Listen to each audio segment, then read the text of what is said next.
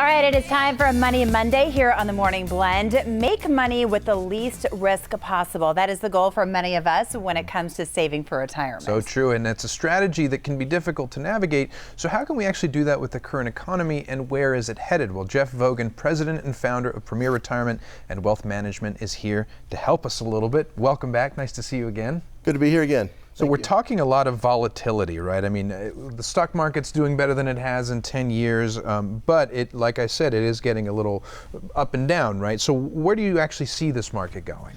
You know, it's hard to say. I mean, honestly, we've been due for a correction for quite some time.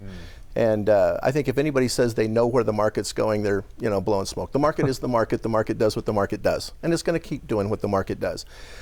The thing that I think is most concerning to me is just the volatility that's entered in the last 2 years. We have created some new highs over the last couple of years, but we're not too much higher than we were in September 2 years ago.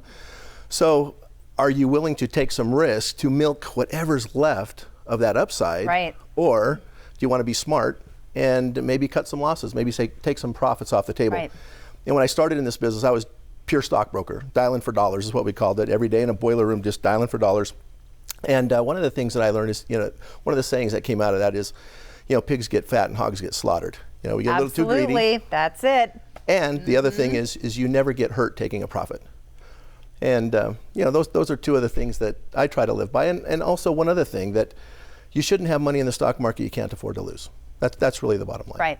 At the end of the day, it is a little bit of a gamble. And we know the bubble is there, and it is a big bubble right now. We're all anticipating when it's going to burst. So what are some of the words of wisdom, some advice you would give to investors right now thinking about investing?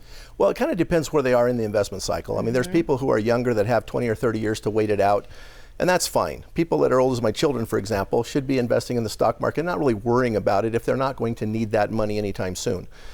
The people that worry me most are the people that are nearing retirement and are already retired, that really can't afford to lose 50% of their assets, next time the market does what it did in 2000 and again in 2007 and 8. Protecting that risk. If you have to wait 5 years for the market to get back, that has to be money that you really don't rely on.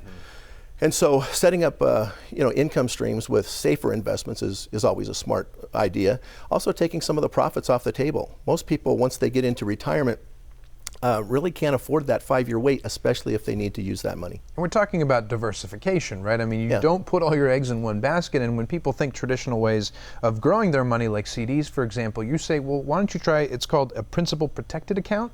What's the difference between that and a CD? Or is that a principal? Well, a CD is a principal protected account, but I think if people look at the rates that CDs have been paying the last few years, they ought to change the name of CD from certificate of deposit to certificate of disappointment, right?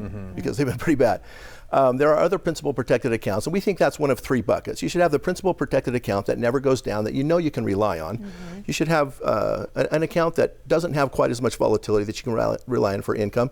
There's that 3rd bucket. If you want to swing for the fences, have that aggressive investment account if you want to. But the principal protected accounts can be utilized through one thing that I really like is the fixed indexed annuity. Now, it's an insurance product, and some people think insurance, oh my gosh, is that an investment?